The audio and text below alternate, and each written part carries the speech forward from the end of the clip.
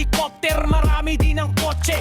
Habang mga tao nagtitiis sa traffic, mga pamilya nakapos ang bahay masikip. Kaya walang tatalo kung kahayupan lang.